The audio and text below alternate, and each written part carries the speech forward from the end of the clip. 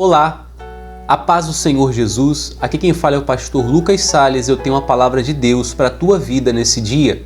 Continuando nossa série semanal falando sobre tentação. Hoje, irmão, nós vamos estar tratando ali em Romanos 12, versículo 1 e 2. Amém? Diz assim o verso 1. Rogo-vos, pois, irmãos, pela misericórdia de Deus, que apresenteis o vosso corpo como sacrifício vivo, santo e agradável a Deus, que é o vosso culto racional. E não vos conformeis com este século, mas transformai-vos pela renovação da vossa mente, para que experimenteis qual seja a boa, agradável e perfeita vontade de Deus. Amém? Então nós temos aqui, irmão, um texto de Paulo falando com os romanos, né? E interessante que ele diz aqui, um rogo dele, né? Pela misericórdia de Deus, que nós apresentemos o nosso corpo como sacrifício vivo, santo e agradável, que é o nosso culto racional. O primeiro ponto, irmão, que nós precisamos entender com relação à tentação é que a tentação ela nos mancha assim que nós praticamos ela. Nós vimos aí em Tiago, né, que a tentação só se consuma pecado quando há prática, mas que nós precisamos estar resistindo ela o tempo todo, pedindo força a Deus, para que não venhamos realmente cair em tentação, porque a partir do momento que nós caímos, nós não conseguimos apresentar o nosso corpo santo e agradável, né, diante de Deus. Então Paulo vai dizer que esse sacrifício vivo, né, a Deus é o nosso culto racional. Ou seja, o culto a Deus ele é totalmente racional. Ele vem realmente da lógica, do entendimento, do raciocínio, né? Então, ou seja, nós precisamos ter um entendimento do que nós estamos fazendo. Até no momento de prestar um culto a Deus, temos que ter a sabedoria e o entendimento do que eu estou fazendo. Então, quando eu estou prestando um culto, adorando a Deus, eu não perco meus sentidos, como acontece em muitas igrejas aí, é pregado por muitos.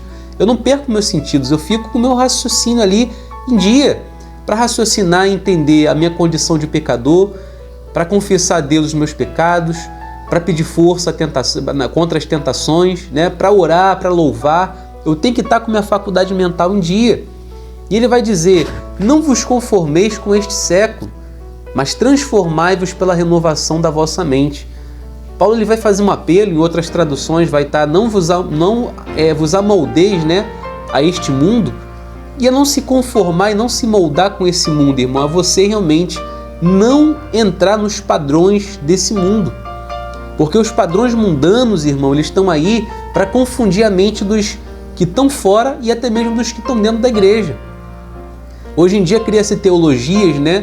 Criam-se pautas, criam-se certos tipos de fala que vão até mesmo negar aos poucos a eficácia do sobrenatural de Deus.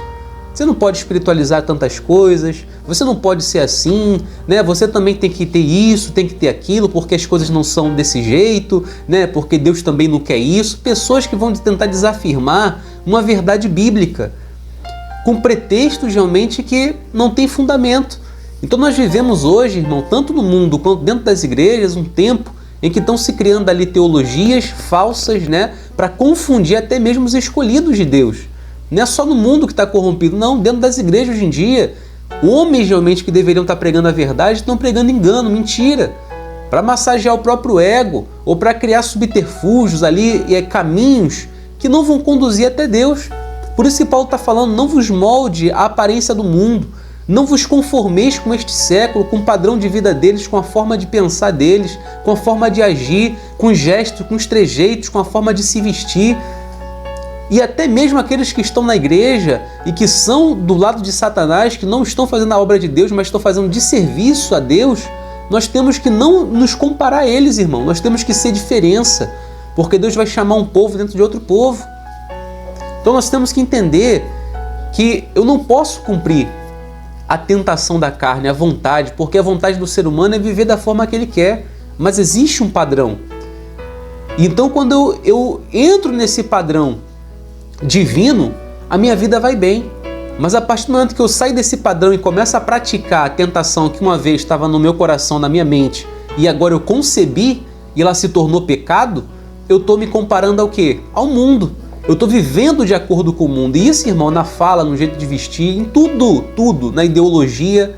Então não se confunda, irmão, porque hoje estão tentando fazer de tudo para poder fazer o carinho na cabeça do pecado, da tentação, dizer que tudo isso é uma coisa cultural, é da onde você está incluso, porque se a pessoa teve certos tipos, né, de contato com isso na família, são traumas. Irmão, pecado é pecado, tentação é tentação, tem que ser resistido, não pode ter carinho na cabeça, tem que ser cortado, irmão. É um processo de libertação que, se a pessoa não tiver aceitação, ela não vai conseguir alcançar.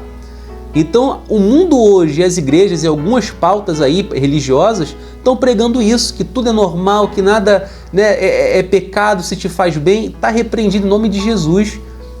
Porque nós vemos realmente que a gente não pode se comparar com o mundo.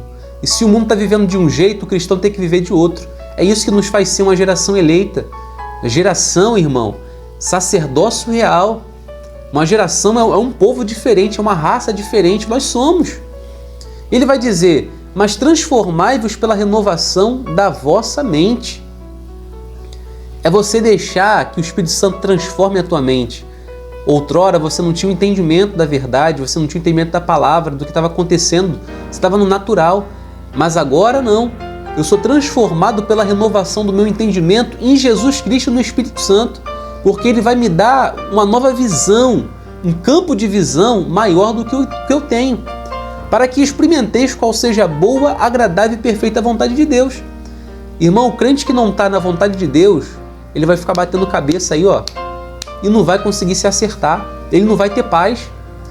A pessoa só encontra paz e realização quando ela entra na vontade de Deus. Qual é a vontade de Deus para a tua vida? Qual é o projeto de Deus para a tua vida? Será que você, agora, na idade que você está, em tudo que você já passou, você está dentro da vontade de Deus para você? Ou você está ainda tentando com a força do teu próprio braço?